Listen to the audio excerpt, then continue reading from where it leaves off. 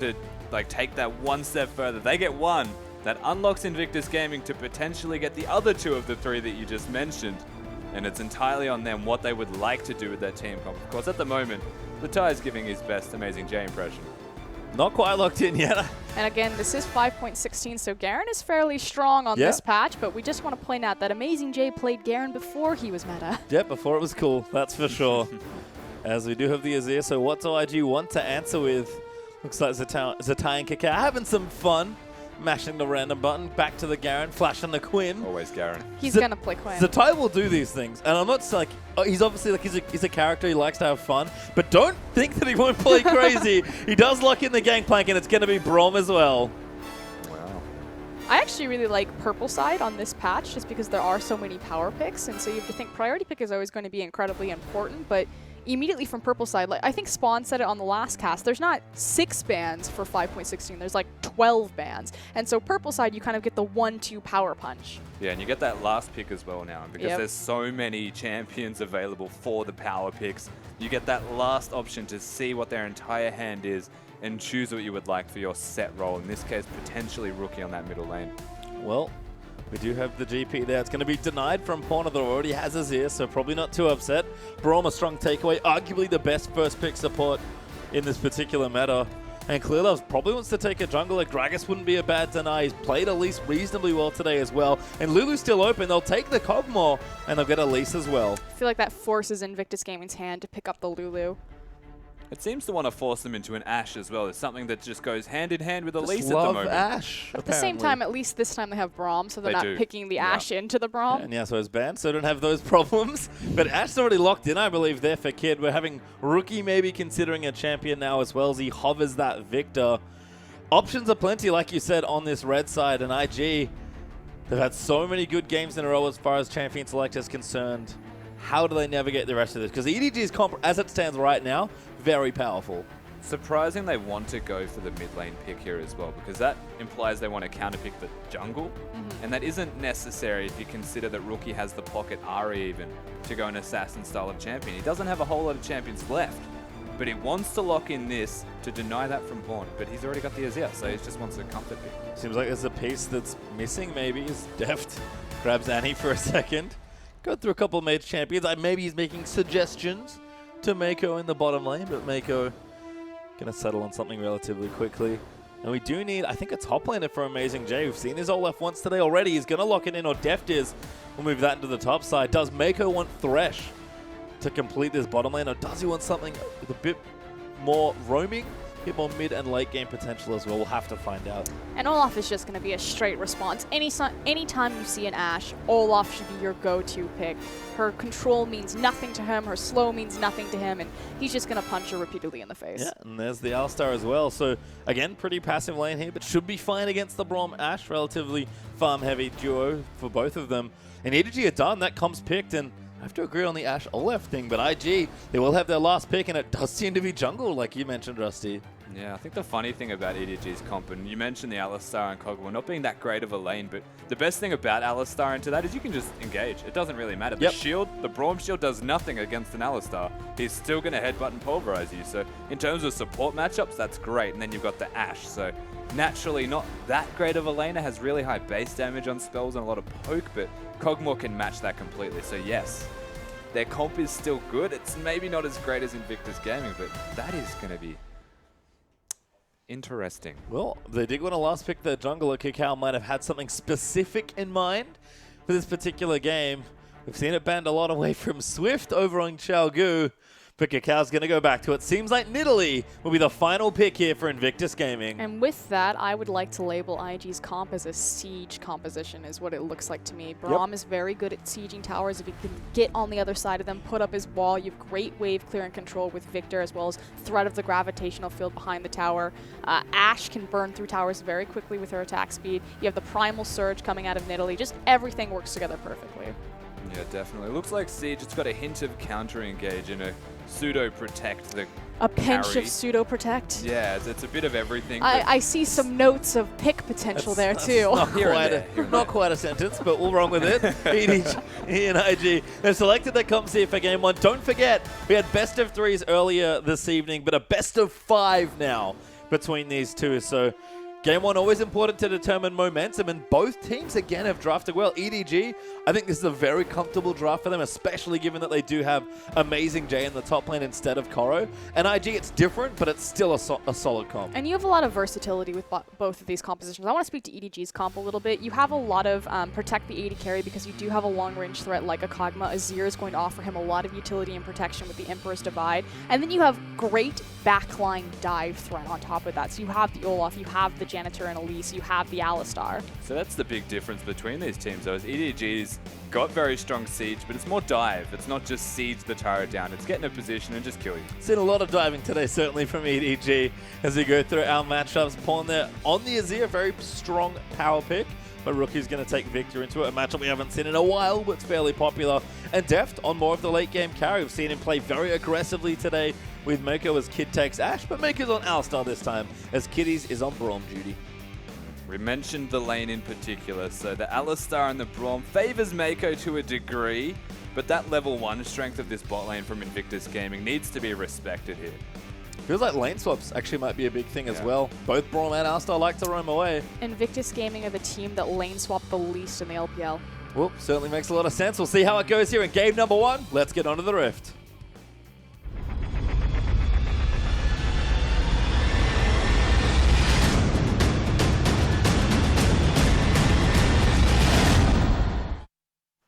And here we are for our first game in this best of 5 as Edward Gaming are taking on Invictus Gaming, the LPL regional qualifier, as we get closer and closer to clinching our 3 Chinese teams for Worlds. LGD have already made it. They were our summer champions. EDG looking to get there again from last year, and IG would love a revisit after a few. And the winner of this best of 5 will be the second Chinese team through. And already straight out of the gate, we have a very aggressive invade from EDG, clearing away Cacao's Nidalee traps right there, so slowing down his jungle speed just a little bit. Like an easy version of clearing Shaco's Jack in the boxes without the added bonus of dying. It's just so rude. Well, Yeah, it is. it's good to clear out Cacao. He is going to fly through the jungle on this Nidalee. Cacao is one of the most efficient junglers in every possible way, whether it's ganking or farming, as this is very cute from EDG. Rude. That is rude. The kid seems to know. Well, they have wards placed into the bottom of the river, and so because they didn't see EDG exit through those wards, you have to make 2 assumptions. A, they're either standing in a bush, or B, they backed from the inside of the jungle. Little did they know, if they waited an extra 5 seconds, they would have found themselves Kid and Kitties to open arms. Oh, Kid and Kitties. Instead, they might find a lane swap. It seems like Mako and Deft are on the other side of the map. Cacao going to get on this Grump. He'll have a bit of help here. He'll take it away. But he'll get level 2. We'll start the blue off. Quite a bit of usefulness there from the bottom side. And yeah, we are going to have a lane swap. And not that Kog'Maw and Alistar can't 2v2 against the Ashe. Like you said, you do have to respect the level 1. But I feel like this is more so a denial on the gangplank than it is on trying to 2v2 against Ashe and Braum. Yeah, and I think in a direct 1 versus 1 scenario, Olaf doesn't do the greatest against the gangplank, but I feel like even EDG here, they just want to get past the level 1 hiccup and maybe even just go back to the standard lanes once they get level 3. Quickly bounce the wave, yeah. See this a lot with LGD as well. People like to put Kog'Maw into that solo situation, especially if it's safe, but Deft and Mako are going to team up now. They'll zone to tie off a couple waves here, and Deft going to get a nice early start. We'll see if Mako hits 2 and goes for a roam as Deft hits level 2 immediately, and Zatai is out of there. He doesn't want anything to do with that lane. Should also be noted that Kid in the bottom is getting solo experience because Kitties is roaming with Cacao and crew. And Cacao's in the top lane. Looking to maybe push them out here. Deft trying to move the minions into the turret. He's building up a big wave. You see clear up an Amazing J. Seems like a tower dive was on the cards, but a very strong read from IG to stop that. Strong read and early rotation from Invictus Gaming to be there on time. Of course, Braum didn't even actually go for experience in the lane. Didn't stay there to be in the 2v2 scenario with the gangplank. Instead, denies the dive, just recalls immediately, and now they're going to invade the opposition jungle here. This is actually really dangerous for Kid too, especially as Amazing J gets closer to that level 6. Now, naturally not as scary level 3, but Olaf does fine across from an AD carry. Yeah, certainly does, especially one like Ashe. I mean, we saw this against Snake. Yep, really did. So we'll see if Amazing J can get that farm, but securing plenty of it now on the bottom side. Zatai also starting to pick up farm as the waves crash in, so looking fine here. as Brom is going to return to the bottom lane as well. Try and zone some people out. And the early items have come out for mid lane. Rookie had a very quick buy as Clearlove eats a spear. Now Cacaw's going to jump in. Good stun there comes in. Clearlove fighting straight in onto Cacao, but the spear will land. Mako wants it. Oh, he messed up the pole. Cacao will pounce away. And a rare misplay from the Alistar. Is this the patch where the pulverized headbutt combo was slowed down? I don't remember. Can't confirm that one. I was looking at other things such as Juggernauts that kind of took my eye in terms of what's more important. But that was really unlucky though from Mako because the combo looked so right and it just didn't work for him in the end. But Cacao, I was about to point out that he is double the CS right now of his opponent. He's already got a back in. So he's doing exceptionally well and then just goes and does that and almost evens everything out. But he gets away. So all things considered, Cacao still actually ahead. And that's the power of Nidalee. We've seen it time and time again from Swift and Cacao in different games, mostly against each other, as it turns out. But Nidalee just absolutely whizzes through the jungle, and Clearlove, he's going to have to put on pressure here because he just cannot keep up as far as raw farm goes. No, can't keep up. And I was just going to mention, you said Olaf does quite well in this bot lane, but he 1v1, does sure. way too well in the 1v1, which is why Kitties has to come immediately back to that bottom lane. Once Olaf gets level 4, there is genuine kill pressure if a single axe connects. No, completely agree. And this is the other thing that I want to talk about as we see how this interaction is happening. So Elise is a great pick into... They fight over that. Cacao did end up getting it. Elise is a great pick into Lee Sin because her Spiderlings can block his Sonic Wave. But likewise, Nidalee as well. You see Clearlove using his Spiderlings to make sure that the spear doesn't tag him. Cacao now going bottom lane instead. Amazing J could be in trouble. Cacao going to get the pounces down. Needs another spear. Good movement there from Amazing J to get himself into the minion wave. But IG do pressure him off the tower. Yeah, good movement, but had no buffs remaining, Cacao. He used his buff timing to have a fight in the top lane. So puts down some great damage, not enough to actually find a direct kill for his team, but pressuring off the turret. And now Clearlove's back on the top side. Might just start pushing. Can't really dive here. Good hawk shot all the way from bottom lane. It's actually going to spot the EDG jungler. But Deft and Mako just pushing things up. Zatai got a defensive barrel set up already. And Clearlove, I don't think he's going for this gank. He's already knows there's a barrel there. And they'll move in for the tower. Just completely zoning Zatai off. I want to touch on the hawk shot real quick unless Mako's going to go ham here. There's no reason when you have hawk shot, especially in a 2 versus 1 lane, since he has Kitties available. Kitties whiffing that Q. To not just burn your hawk shot across map. You're able to track the jungler's movements, especially if you do that into Clearlove's jungle and kind of figure out, you know, where is he on his camps, what is he itemizing, things like that. Yeah, I've no doubt it was also paranoia from Zatai calling for that hawk shot because there was nowhere else really that the Elise could have been. So very smart play. They recognize that he is there and they get zoned from the turret regardless because the map movements from EDG are forcing these things to happen. Level 6 now in the mid lane as well as we check in with Rookie and Pawn. CS relatively even. Rookie has that extra Doran's ring. He's got himself about 10 CS ahead, but Pawn trying to dodge that poke. He'll farm away relatively comfortably. And level 6 for both of them now as well. But Rookie, ever the aggressor, trying to keep him off some of those creeps. It's funny though, wow. Yep, bottom lane dive, tower in the top lane does die. Amazing J will get stunned. Kid is going to be in trouble with the ulti's out for a gameplay. Kid flashes forward. Kid uses his heal. Amazing J is going to get dove and he will get first blood. Beautiful play from Kid right there to flash out of the tower range, then use his heal to just walk down Olaf. That was still very close, especially all the resources that were used, the arrow as well as the Gangplank ultimate, but nicely executed from Invictus Gaming. That was on a tightrope, to say the least. They were very close to falling off the edge. They do execute it pretty near perfect, though, all things considered. So well done there from this Invictus Gaming bottom lane. Don't know how it's going to translate into anything further. It's a nice little buffer for the Ashe, who's now got that Avarice Blade and farming up some gold. And speaking of Avarice Blades, we've got a banking investment loan team here. Yep. I love Bank Plank. The Bank Plank is back, apparently. I think this is the second game Zatai's done it. He's not going to get the other one. Okay, but I do want to point out this. So in the first set against Snake, there was like a 17-minute pink ward right into that brush that Clearlove didn't find the entire time, but once he did, so I feel like it just like trained him. Yeah, he had the Raptor sense proc, but... Revenge as Cacao goes in onto Mako. Will eat a pulverize. And Cacao's relentless in this invade. He'll snap up this red buff.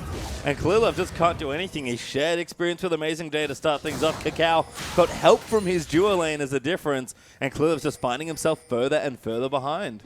And that is really important because we just touched on the investment loan laners that are coming out of Invictus Gaming. But if the jungler is winning, if they're keeping tabs at very least on where Clearlove is, then they're not going to die as easily because it's mostly going to be lane one-on-one scenarios. So keep in mind that Kakao can watch where Clearlove is at the very least, and these Avarice Blades will actually pay off quite well. Swap back into standard lanes now as well as Pawn. Look at himself a blue buff. He's got a Forbidden Idol. He's got his Codex up as well. So it looks like Morellonomicon will be the first purchase. But Rookie has that upgrade already for the extra wave clear on his E. Let's get Kakao pops down bottom lane to try and pay a visit to Deft, who's got himself a Sheen and parts of a Fade. So not too far behind here in the bottom lane as we move back into our normal lanes here.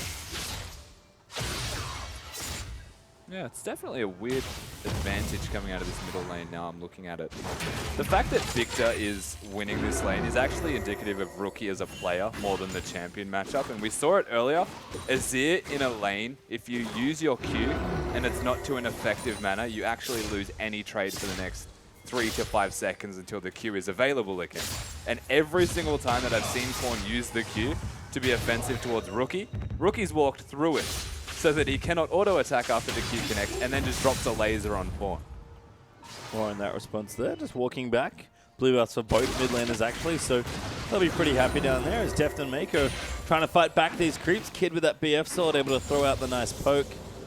And again, CS pretty even there as well. So things quite quiet after that first dive. It's just about 800 gold up for Invictus Gaming. This is typically where the power dynamic shifts in this lane. Anytime Kog'Maw is a lane, his level 6 is going to be a power spike because he has his ultimate and the ability to outrange most targets. So Kid doing a good job trying to volley him down, but Deft doing an even better job making sure that he's using the creeps in front of him as a body block. And that's Cinderhawk done now as well for Clearlove, with the Runeglaive done for Kakao. So expected there from Kakao, is a carry jungler, wants to go aggressive on the Nidalee. For the Cinderhawk for Clearlove, much more expected of Elise players and very indicative of Clearlove's playstyles. Kakao, with all things being quiet, is going to start up the Dragon. Depends on the Elise player, pastry. True. Time. Swift loves his Runeglaive, and it's just like a breath of fresh air to see tanky Elise with a team that needs that secondary. It doesn't need the secondary tank, but it's the way that Clearlove plays with the team. Would be better off being that tanky champion. So. Likewise, their only tank really some superficial tankiness that Alistar's ultimate is going to grant them. So, looking again nice and quiet. 100 CS for both bottom laners here. As we haven't even seen movement really towards the big objective. Kakao had kind of a look at the Dragon. There's to something check going on in. with top lane. There is indeed a dive in the top lane, and Amazing J finds himself dead again. Finds himself real dead, real deep. Not quite sure what he was thinking extending that far over. Well, he's got his ulti down. He didn't have his flash. I'm going to take a wild guess. So he tried to chase down Zatai. There's one thing that I have seen Amazing J do in this game. It is win or lose, he's 1v1ing you. And it's just, in this case, it was a loss. And we'll touch back in 3 minutes when he does the exact same thing again. No, he'll be back. More at 11. Moving to, I think, the Black Cleaver once again with that Phage built up already. Now, again, he's back. He'll use his teleport, so he doesn't have it now. That's actually that pretty next massive. Dragon fight. Yeah, not having that cooldown available now that Dragon especially is in play. We already saw Kakao try to pull the trigger on that. Might feel a little bit better about going there now as Zatai's also returned. He's got himself a Fade, so a bit stronger now for any potential lane or fight situation as Rookie going to clear those creeps out. He's still got that 10 CS lead, but the mid laners seem to be backing now, making sure they've got that vision down and, again, gearing up for that first major fight. Apart from Amazing J, who got himself Dove and then Dove himself. Yeah. They're the only 2 kills in this game so far. This is actually a massive misstep from Invictus Gaming. They had a window of opportunity where they could have pulled the trigger on the Dragon just because they saw that Pawn had initiated the back. Rookie does follow him and get his own back in, but they were in position to collapse onto that Dragon, especially with the TP cooldown. But instead, they let EDG get their foot back onto the objective. And not only that, they allowed Deft to come back to With the bottom lane Trinity with an Force. entire Trinity Force at 13 minutes completed. So they don't have the teleport on Amazing J, but I honestly don't think it even matters now, because if you get hit by Deft, you're going to die, and it's probably not worth going for the Dragon. Good smite there from Clearlove on the Wolf, I believe. Does spot Kakao warding that blue buff, so Kakao will leave that jungle. Clearlove in the bottom lane now, though, trying to get some work done, but a pink ward up there in that brush for IG. It has not been spotted yet by Mako. Mako! Get in the bush. Nope. Doesn't want it. Wants to push instead. It's really saddening. It's like it's right there. Def, Oh, is he going to Def. see it? Oh. There we go. Don't need to walk in bushes when you have I'm wards. just waiting for the arrow to slap him in the face. That'd Come on, been great. kid, just throw it. Then Mako has to flash in it to block the bullet. Oh. Ulti out of it. Oh, there are so many opportunities. But instead, we've had just Kakao invading once more. They've got a lead up here. The spear's good. And the smite's better from Clearlove. Just gets his blue buff. Kakao just trying to be rude. Yeah, honestly, he is just trying to keep tabs on Clearlove. He's just being super rude, as you mentioned. But the fact that he is, I guess, keeping paranoia about the Clearlove. He can't go make these aggressive decisions because he knows the Nidalee is always just waiting in the wings. Yep.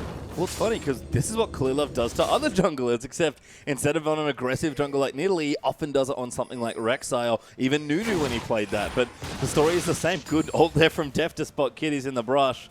But the idea is, again, just keep your very strong laners into comfortable farming spaces and then win in the mid to late game. And if that's what both teams are doing, hard to see which team's going to come out with that first edge.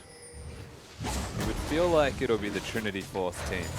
Just for all intents and purposes, it's like a theoretical standpoint. The guys with the Trinity Forces, they spike pretty hard in the mid game. The Morello's also done for the Azir, so fast tracking, I guess, the mid game spike that he is looking for relative to the rest of his team. It'll be very interesting considering there's going to be equal amounts of Trinity Forces. Kakao is doing such a great job, though, kind of answering that mid-game power spike because he's being so relevant. Even though he's not transitioning any of his pressure into kills or ganks kind of within the last 5 minutes, the fact that he's constantly there, appearing on vision, forcing EDG to play defensively because Clearlove's not in position to counter. You have to just keep doing that, but Amazing J actually got a nice lead building in the top lane as well. 30 CS ahead of Zetai's. He's going to go back and finish an item here. Might just have the Kindle Gem. It's actually a Giant's Belt that he takes instead. So once there's those immediate tanky stats. Oh, please tell me that's the Dead Man's Plate. It might be. It looks to be the Dead Man's Plate. He's got the cloth armor. And I feel like because he's heading towards the mid lane, this is EDG pulling the trigger on the Dragon. Well, seems to be. We've got Trinity Force. Clearlove is already going to start at a Hawkshot. Will spot things up there for Kid. Zetai is already in position. Amazing J can come down as well. This could be a first 5v5. Amazing J's was walking, so he's decided to kind of just beat around the bush. Whoa. The arrow. Good cleanse from Pawn. Have to be careful. Mako bops him out. The Dragon is low. Who's going to get it? It is going to be Clearlove, but he's so low from the GP ulti. As Amazing J is down in there. He's pulled it in, but he has to run now. Rookie trying to run it, but ulti flashes in. Ult goes out. Pawn surfs past him. Keeps him out with the ultimate as well. Now Deft has to flash up. Mako did go down. He's a casualty as Pawn is going to be the second. The double there now for Rookie as IG going to keep running that tower. No good defense as Deft. He's stayed, but I think he's tried to pick off a little too much. The tie is going to get low, but he pops the oranges. The damage is just not enough. And IG pick up much needed kills. IG, they commit to the Baron here, Edward Gaming, but they commit so many resources that the Gangplank can just drop the ultimate and destroy their health bars. All it took was then Rookie to do his very typical Rookie style and just flash over a wall and destroy everyone. The rest of the team's only there to follow that up, and that was a really seamless decision here from Invictus Gaming. And you don't think of Victor as a flanking style of champion, but that was just so gorgeous from Rookie to come over the side and drop the Chaos Storm. But the AoE stacking, we talked about why do the LPL teams love AoE style champions fighting on terrain, getting those choke points. The Gangplank ultimate, the Chaos Storm, the gravitational field, all of those were perfectly placed to lead Invictus Gaming to victory in that team fight. Just thinking about it more. Too many G's. That Gangplank ulti was so disgusting. Yeah. That was like a Rumble tier influence on that Dragon fight. Well, that's the best thing, is it's like a lesser version of Rumble to a degree. It's a circular area, which is perfect for Baron and Dragon, whereas the Rumble is like, you want to run from the Dragon, then you have to walk through my equalizer, similar to that. But Gangplank, we'll call it more reliable, but less impactful. Sure, and certainly enough of impact there, as Deft is going aggressive on Kid in the bottom lane. He's got that Trinity Force. He's still getting stronger as Clearlove's going to sneak down here as well. Arrow lands, hits on the Mako. Ult there from Gangplank as Deft trying to kite his way back, but it's 3v3. Spear will just miss. Kiddies will die. Kakao might be the next target as Victor's down here as well. Kakao will flash out. Damage is being done as Clearlove. He dives in. He tries to peel up the kills, but that's 3 kills for Kid actually as he gets the triple. And yet again, it was as simple as the Gangplank ultimate. Zones Deft makes him walk towards the edge of the circle, and only then he starts to look for these attacks. They get some kills. He gets a single kill, sorry, so plays it as well as he possibly can, but these areas of control, these zones that Invictus Gaming are placing down, is making it near impossible for Edward Gaming to have an answer. And Invictus Gaming, again, finding the better rotation as well. Kakao with the mobility, and Rookie beating Pawn to a team fight back-to-back. And it's usually Pawn that does like to roam out, but Klilev can't apply that same pressure. Pawn feels, honestly, a little bit, quite a lot pressured by Rookie, who's so good at being aggressive in his lanes. He is getting stronger. He's Azir. He'll be fine along with that Kog'Maw and Olaf, but might take a little too long here for EDG, as they're already 5,000 gold behind. The question now becomes, with Kid on this Ashe sitting 4-0-2 as Kiddies look to contest this red buff, can Kid carry Invictus Gaming? Normally we look at Rookie, we look at Kakao, and yeah, Rookie and Kakao are still setting the pace and they're creating the control alongside Zetai's Gangplank ultimates, but all of the gold, all of the pressure is on Kid's shoulders. Certainly is. Got a massive score and a good amount of CS to boot. Zetai is getting stronger as well, though. About 20 CS down of Amazing J, but does have the Trinity Force and the Avarice Blade still. And Rookie will only continue to ramp. So there are plenty of threats on IG, that's for sure. We haven't seen them get in a protracted siege just yet, but their pressure around objectives, again, in static areas. Good dodge from Def. But Kakao's down here now as well. Another good dodge. And in a very long lane with no tier 1 tower, Def will actually live. Jeff looks so good sometimes, just like unbelievably good. The fact that EDG went to MSI was pretty much entirely on the shoulders of Def and just his crazy, unreal, quirky performance. So today seems to be one of those days where Def's just going to play out of his mind. Having a great day for sure, but needs to step up here. Maybe both AD carries are where we look to put their teams through the next few minutes. Amazing Rude. Jay. Having a lot of fun. Throws an axe there at Zetai. And dragging up in a minute 35. Baron alive now, but probably not an objective for the next 5 minutes or so. So we'll look to this next big objective on the map. First Dragon did go to EDG, so they still have control there. But it feels like they're just ramping. The Dead Man's Plate's done. The items are still coming out as a build ward is completed for Deft as well. But IG, they've looked so good in those last 2 team fights. So how do EDG respond in a 5v5 situation? Just create space for this little Kog'Maw to take off and to spread his wings. Kog'Maw will have an earlier power spike than Ashe. That said, she's a little bit ramped ahead of the clock just because she has so much kill gold forced into her, but you still have the combo of Azir ultimate creating space for Kog'Maw to just rock him. And again, Deft is playing really well. And that's the best thing about this EDG team comp, is if they get into a team fighting stage on equal footing, then Amazing J can just run at Kid. There is nothing an Ashe can do. That was the purpose of the pick. And what makes this even better is Phage gives move speed on hit. Deadman's played at 100 momentum, gives a 75% slow that decays. Like, you need that as Ola, to say the least, to catch an Ashe of all people with your ultimate available. So there's no way that Kid can get away from Amazing J without killing him.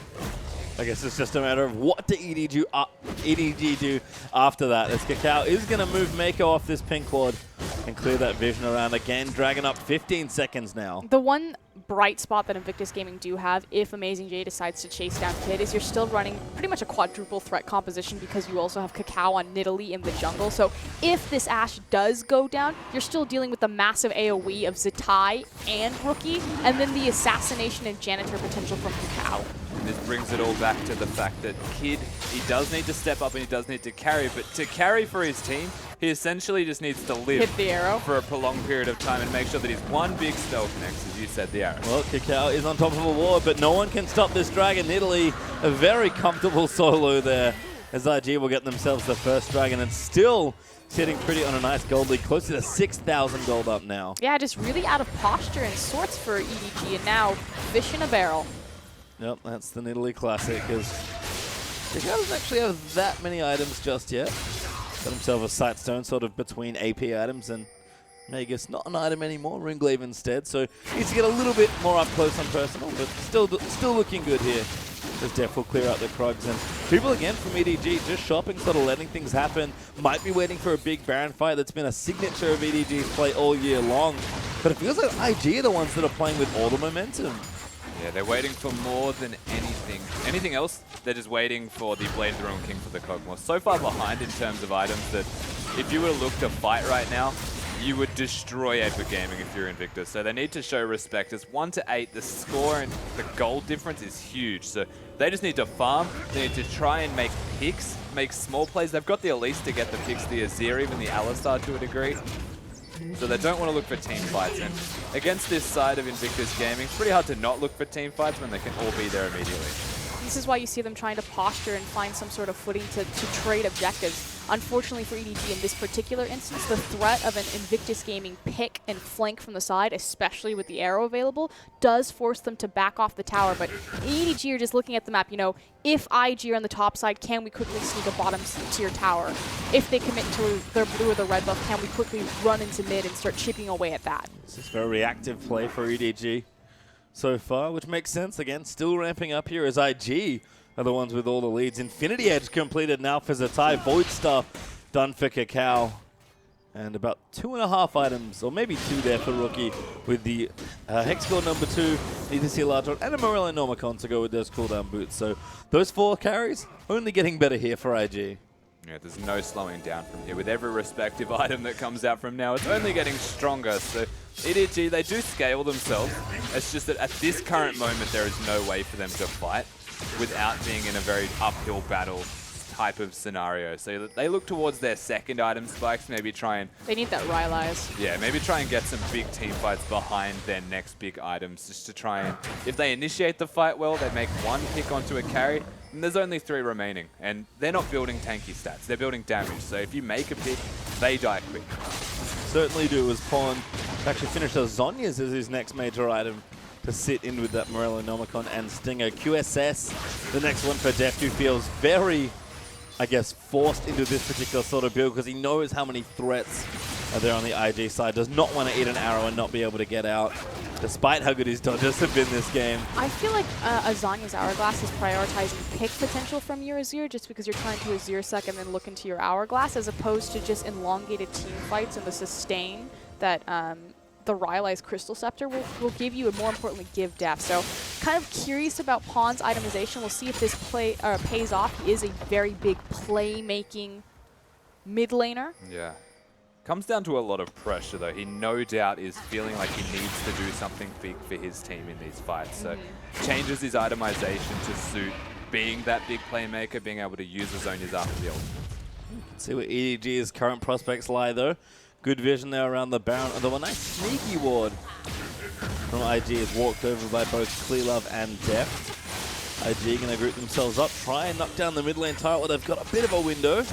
But Azir's going to return. Deft's here as well, clearing things out. So going to be tricky with these decent wave clear on both sides to get these mid lane turrets. In fact, they're still standing. It's been the outer turrets that have been the most successful. But honestly, just kills here once again. It's been a bloodthirsty LPL regional qualifier. Welcome to the mid lane of Azir Victor. You'll never take my tower ever. Pretty much. As long as I'm alive. A lot of ways through. It's literally the definition of over my dead body. I like even the AD carries actually aren't too bad as well. Static Shiva Ash in particular. Looking good there for Kid. Minute 35 though for that 3rd dragon. Yeah, and Kid is so far ahead that he's prioritizing a Bloodthirster 3rd item just because there's pretty much 0 armor on the side of EDG stacked right now. Yeah, I mean, Amazing J has that you black got some, cleaver. You got some Pumas and that's about it. Yeah. Sweet shoes. Some Ninja Tabi. As Amazing J. Again, he will be that big anti-carry threat for Kid in particular, but needs to get more items. Look for maybe Randuin's Omen, probably a popular choice here on this patch. As Rylai's has actually done up for Rookie, that mid lane item, like you talked about for Azir, actually over onto Victor instead. They swap roles. Yeah. When you want to pick, well, I want to poke and team fight and siege. That's actually good for the Victor because sieging is what their team comp is very strong at doing, and it has a lot of control in terms of zones. Wherever he places a spell down, you're slow. But this is what we talked about. EDG, you know, they're stalling out Invictus Gaming, and for the last 6 minutes kind of in between these dragon windows, Invictus Gaming really haven't gotten to pressure their momentum and their lead that they've created. So this last 6 minutes I actually think went in favor of EDG. You know, they managed to finally trade a tower. They were able to just continue to hoover up all of these all of the gold from the creep waves into their mouse, you know, start stacking up their 3rd itemization choices. So IG slowing down a little bit. We see if it starts to pick up again in 16 seconds. I agree. Gold lead still sitting at 6k up there for IG as Kid Eats a huge chunk of damage there from Pawn. Man, just imagine if I had a Rylai's. I think it would have been a direct kill. Let's be reasonable here. No, but it would have slowed her down. Rookie picking up the slack with the Rylai's game, though. I got you, Rookie. Well, this might be a fight here for EDG. I don't know if they want to fight. I love they that might zone. have They to. might now. Well, Clearlove does get chunked out. The Dragon goes to Kakao. Mako's diving in. Oh. He tries for Rookie, but a nice flash is going to keep him out. Amazing J is jumped on the Kid in the backlines. Kid has to flash, but Amazing J, oh, he will get the kill. He snipes it out. He flashes out of the way. He might actually be all right, but Kakao is here absolutely not all right at all. But a trade there is not bad for EDG. And EDG have better posturing onto this mid-tier tower, except here comes the tie. Has to save the tower. Might look for a dive, but the tie very scary. Rookie going to come in as well. He's still got full health. Mako goes back in. He pops his ulti. Huge damage show on the backside as Kakao has taken out the Alistar. Deft kiting as best he can. Kakao gets knocked back out. Kiddies gets knocked out as well. And EDG, they're so low on health. But IG just can't quite finish them off. Azir's just too good. Invictus Gaming, their one weakness is apparently an impassable wall. They could have flashed over to the other side even, but they had to choose going over that Azir, and they actually find the arrow. It's coming down. It is, so here it Not comes. going to hit. Oh, close though, and the tower does go to IG. So they do actually pick up the objectives, all things considered. This is one of my favorite things to point out, though, between the Azir and the Victor matchup. The fact that Victor really doesn't care about Azir's Emperor's Divide, which is why we see a lot of Victors picked into Azir, because Azir throws up his Emperor's Divide. Victor's like, that's cool, mate. I'm just going to laser and drop my Chaos Storm on the other side. So yeah, it created space and separated the team fight and kept Def safe to an extent, but EDG still had to give up that team fight because Victor's damage and his reach is just too strong. And there was one small detail that would have probably killed all of the EDG members is Gangplank used his Q on a keg when it had 2 health left. And that keg would have killed them. Awkward. Very close. Super close, and it looked so right. It just didn't time it right. Not quite there. Gangplank, I think a champion. A lot of people might still be learning here in the LPL. This is Pawn does get his blue buff. He's level 16 now. Seems to be building an Abyssal Scepter, I think, there with that Negatron Cloak. And again, the items are just still coming up for EDG. They've got 2 good carries. Amazing J did his job in the last team fight, killing Kid. And he's got a Spirit Visage up now as well. But IG might have too much of a gold lead as they do start the Baron, but nice Scrying Orb's going to get them off it. This is a little bit risky. Good little reset back for Vision. Good little keg trail there, but Mako is able to dodge that out. Looking for a ward over the top, does not see one. And again, EDG, they've been buying a lot of time, but have a little less structures now to defend. And IG are very hungry for this Baron. Buying time, but they're also being bled out. You can see Baron pretty much just done immediately. They've got complete They have control so of the much area. damage.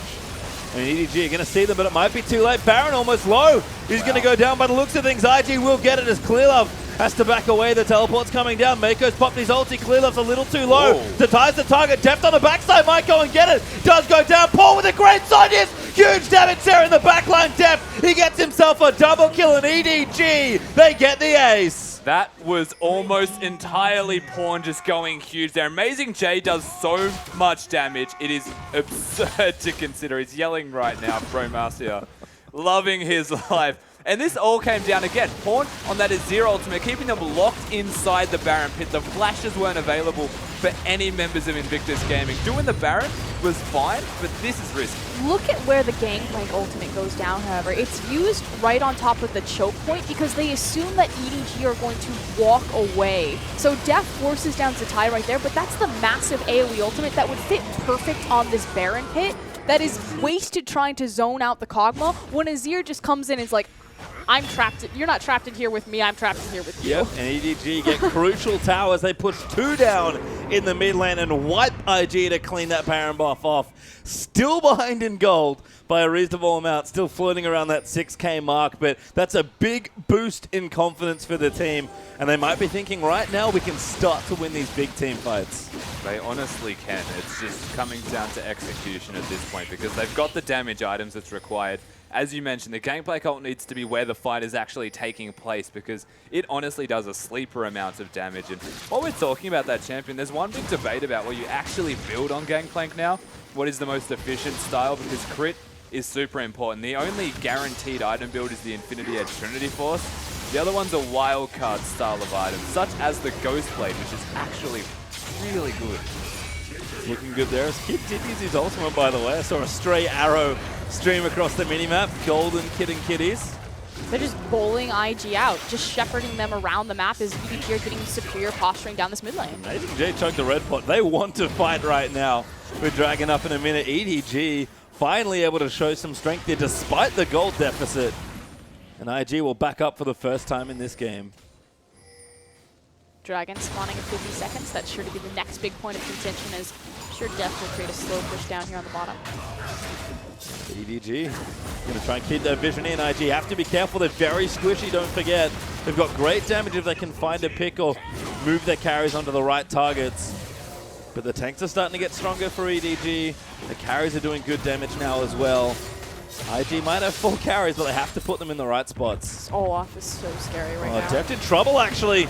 Does get aggressed on the ultimate, hits there, but Amazing J gonna dive in with Pawn. They'll get the first kill onto Zatai. Amazing J's not done. He's gonna keep diving in. Now Mako's coming around the backside. He gets the double. Might make it 3 as Kakao. He'll flash out. Now Rookie, he's the next target. The ulti's worn off, but the damage is just there. A good flash from Rookie, locks up 2. Laser, almost good enough for a kill.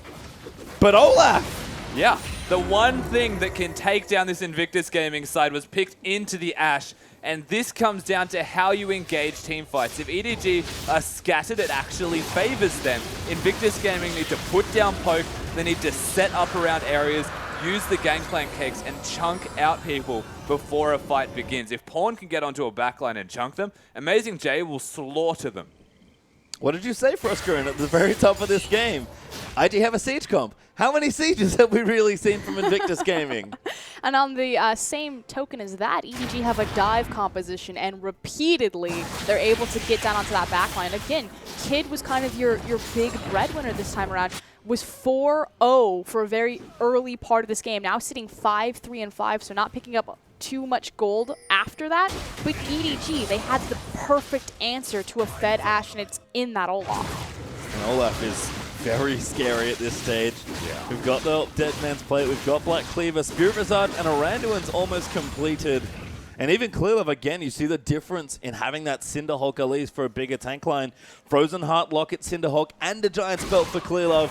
He's a man that loves himself a Warmogs, and that's even better on this patch as well.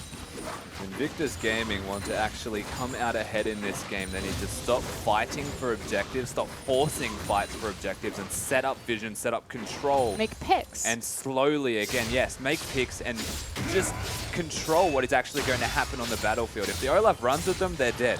But if they can chunk the Olaf out with a gangplank barrel, if they can poke him down with the Nidalee spears and prevent him from getting to Kid, then they're in a fantastic position. They just haven't executed on that right yet. The Randuin's is now done for Amazing J. We've got an Abyssal completed for Pawn as well, and Deft is creeping up towards 3 offensive items finally. EDG again. We do have a lull in the action still as the teams are jostling for position, but EDG are the ones that are sticking on IG's half of the rift, whereas honestly the first 25 minutes of this game, maybe more, were all played on EDG's half. So they've gotten the second dragon, they've equalized that. The Baron's going to be back up in about a minute 30. And if we're looking at these 5v5s, we have to favor EDG. So what do IG do from this point? I think you're either looking for massive picks, so the arrow coming up huge, or exactly like Rusty said, you know, move into the Baron area, start to set down your vision, get control of that terrain, use the Gangplank ultimate correctly, and try to get on top of an objective before a 5v5 breaks out. Just control. Just show some reservations about the actions that you want to make and stop playing into the hands of EDG. Ooh, Zatai. Does a bit of damage. Does do a bit of damage, certainly. 3 offensive items. And now Spirit Visage also completed. Def will dodge out a spear. EDG moving in for this tower is amazing. Jay's life stealing very nicely.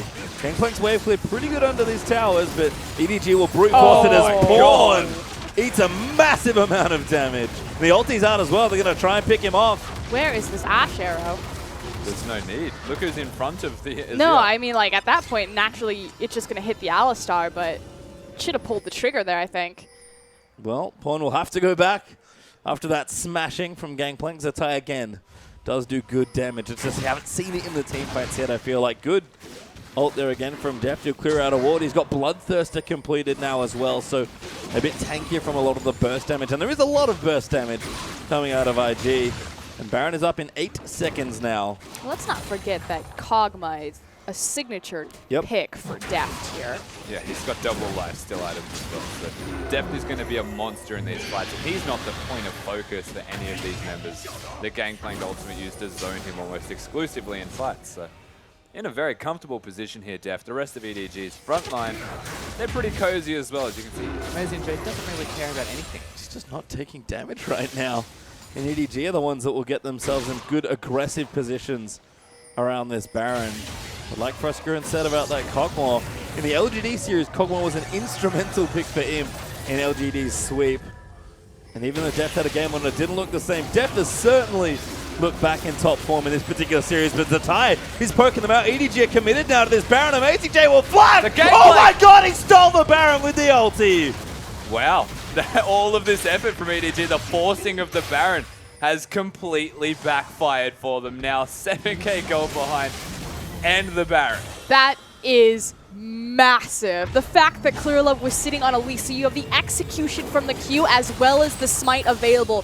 Just a massive mechanical error right there from EDG. And for the next 4 minutes, the duration of the Baron buff, Invictus Gaming have a pause. Well, we wonder what IG needed to do to get themselves more initiative in this game. Steal the Baron wasn't on the list, to be fair, but certainly is now, because EDG will have to play defensively once more. Did he steal it with a barrel or with the ultimate? I think it was an ulti tick. Clearlove just didn't smite, from what I could tell, because I'm pretty sure I looked back and he still had it there, ready and waiting. These things happen. They do. No, these things happen, but that was still, again, Zatai was trying his best to steal it, chunked them out. EDG committed to taking down that Baron. So you're right, a big mechanical misplay from Clearlove. EDG, they're still not out of this battle. In fact, the balance might have tipped slightly towards Invictus Gaming, but if they can't make this Baron work, then really nothing gained.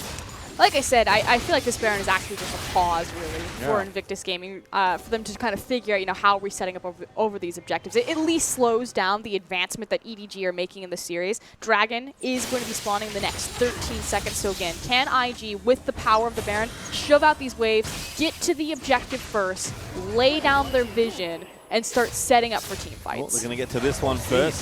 EDG cannot stop this one, as that tier 2 tower will melt. Pawn is trying to clear these out, but Azir can't do it on his own. The rest of his team needs to come out. They're actually looking for a flank. Mako's going to come in. Pawn will slap them around. Huge damage here as Amazing J gets kill number 1. Clearlove will die there as Mako's getting low as well. But Amazing J's going absolutely ballistic in the back lines. And Deft is trying to play clean up. Rookie going to turn it back around. Zatai and Rookie do so much damage. But EDG win that fight 3-1. They win the fight 3-1, but they only keep, as mentioned earlier, the pause, the lull in action is going to continue. They get a turret for their troubles here in Invictus Gaming. They do not prioritize the Dragon. They are a siege comp, so I really did like that they went for the siege. But yet again, EDG, they pull the trigger before there's any type of siege scenario that can take place, and they take Invictus Gaming down. You can see Zatai, a bit of a mechanical error there as well. We've seen a lot of that today, trying to go for that triple barrel setup for Gangplank. Not the easiest thing to time in the world. Is EDG are going to chase down a kill here? Zatai, he's so low, the face of the mountain's out. Oranges will keep him safe for now, but Dragon is back up, and that's EDG's objective. 100% going to go to EDG. There's nothing they can do, but again, the Dragons don't feel like the priority from this Invictus Gaming side, but the over-aggression, way too overzealous in their advance towards the EDG base, they pay for it. Just lose a bunch of time on that Baron buff. We talked about it as a pause. Going to cut that time possibly in half, if not more, here as IG. Going to have to take another look. It feels like everything they've thrown at EDG in the last 20 minutes, including that arrow, and the have just not really connected. No, that connected. Nailed it. Amazing Jill, chill out, and I'll run back out of the base. What stopped me from walking? That's really unfortunate. Very comical, though. That Wolf will get taken out as well. Oh, Baron wow. not quite up just yet. Good blue invade there from IG. Looks like Rookie will collect that buff for himself. It's just difficult here for Invictus Gaming. They found themselves with this big lead but then team comp became a bigger factor than anything else. They don't have a designated tank besides the Braum, and it's really difficult for Braum to tank multiple members of this side. Amazing J, there's nothing they can do to stop it, and Kakal's on a Nidalee, so all he can do is heal someone. You hit the nail on the head by identifying the fact that Invictus Gaming haven't gotten to Siege within the last... I mean, obviously, the last time they had Baron, they got to Siege, but before that, 10 minutes had gone by and they hadn't really approached the tower. Pastry making the observation that suddenly you're playing more defensively on IG's side, so I think that's the biggest issue. The gold lead's still there for IG, up about 6,000 gold still. In fact, that's been the gold lead for about 25 minutes or so, I want to say. But EDG, the comp's just there. 4 items for Cog, 4 items for Pawn. So many items for Amazing J, who's doing a lot of heavy lifting on the back lines of fights, and Clearlove is massively tanky as well. Again, we've seen it time and time again in these big, straight-up fights that EDG are forcing over these objectives. IG, they've got some tools, but it's just not the same. This Azir is full build. That Nash's upgrade, but yeah, pretty much. Mate, Zephyr. Oh, here it comes. It's actually not the worst. It's actually the best, yeah. Because it gives tenacity. Yeah. Well, IG are poking them at least. You can see more of what their comp's trying to do. They're looking for a flank here, but not really what you want to be doing against EDG. Nice turret there from Azir, and they're going to push down for this inhib. There's no way for Invictus Gaming to get there without walking through the sand. So there's the ulti. Clearlove tanks the Ash Arrow, though. They're going to have to come the way back in. Kegs are out. Hits damage on the Clearlove and Mako. Amazing J's going to have to run out as well. Kegs are still there. Damage is massive. Kitties takes out Clearlove, and Amazing J pops his ulti and runs away. He's far too low. And now Rookie going to chase in. Mako, damage is there, but he'll be alive. Pawn will barely live as well. And the Azir ulti just keeps Invictus Gaming out. A big misstep from EDG right there. They split up. Oh, Def wants it. He's going to chase in. Amazing J tags him with a slow. Damage is good. They'll get the trade, but now Def out of position. Keg not quite there for Gangplank. As Def's going to keep cutting back. Jukes the Q. Still going around. Mako down in here as well. Trying to fight them in, but there are so many carries. Def, he's trying to make a massive play, but it was far too much, and IG get a lot more than they asked for. More than one massive misstep there from EDG. Yet again, Invictus Gaming, they make a lot of pressure-oriented picks, and now they've got 5 members dead with 50 seconds remaining. 20 seconds on Clearlove, the only person who can come back alive. IG can end. And they're going to 10 seconds up for Clearlove, and that's not nearly enough time. The tower damage is massive, though. Clear out one. Clearlove might not even live to see the Nexus die, and IG, after a misstep from EDG, will take the first game. This looks very reminiscent of EDG's dive in their first game against LGD in the playoffs that pretty much snowballed the entire downfall. Again, separating there. Half the team of EDG going around into Invictus Gaming's red jungle while the other half ran down the mid lane. IG made the correct picks and just collapsed onto EDG. We talked about the 4 carries. That man there's the tie, doing huge damage on the Gangplank. I felt like EDG could have pushed down mid lane, could have disengaged from the last fight. They just needed to stay together. Yeah, no, they honestly needed to stay grouped as 5. They split off, they got picked for it. Kitties with the Braum ultimate secured that first kill, and that was what got the ball rolling for them. And it all came down to that one moment. Keep in mind, both of these teams pretty much max build. The loss was from decision making, and that could rock EDG. It could. You talked about it already. The LGD EDG game. That was a bit different. They were ahead and then just dived in late game and got themselves wiped. They spent so long getting themselves back into this game. To lose at that point like that is crushing for EDG, but they have to push themselves back up. They got 3 to 4 more games to play. You saw it on Clearlove's face right there as he just kind of shakes his head to himself. Meanwhile, Rookie looking fantastic after that comeback victory, but that is a devastating way to lose. And again, LGD versus EDG, when we saw them dive that middle inhibitor and it just came down to Pawn's face, it was almost like immediate crashing and burning. It's hard to know what to say after that. But EDG, some rare mistakes from them. It's been weird to see them lose because I feel like a lot of their initial games are just making careless mistakes. That's not what we're used to seeing from this team. And certainly their IG loss in particular just got outplayed. They certainly looked very downtrodden after losing to LGD. It's a 3rd, 4th place playoff match. I can understand the mentality there. But they know they have to win this to get themselves in a world. They don't want to play tomorrow. So to start your best of 5 like that, we always talk about momentum in long sets. That's a momentum breaker. And honestly, there were so many carries from this Invictus Gaming side, but you have to look one more time at the gangplank, because if it was any other champion, they would have been able to siege that mid lane. They would have forced down the turret or forced the rotation around from Invictus Gaming. But they just dropped the gangplank ultimate. You have to walk away, walk out of that, because So it's a rumble ridiculous. ult. Yeah. It clears creep waves. It has he's the new Rumble. He kind of does. Honestly, he actually kind of Physical does Rumble. feel like the new Rumble in a lot of ways. I guess we'll get a bit more insight into just that, though. Let's pop out into the war room with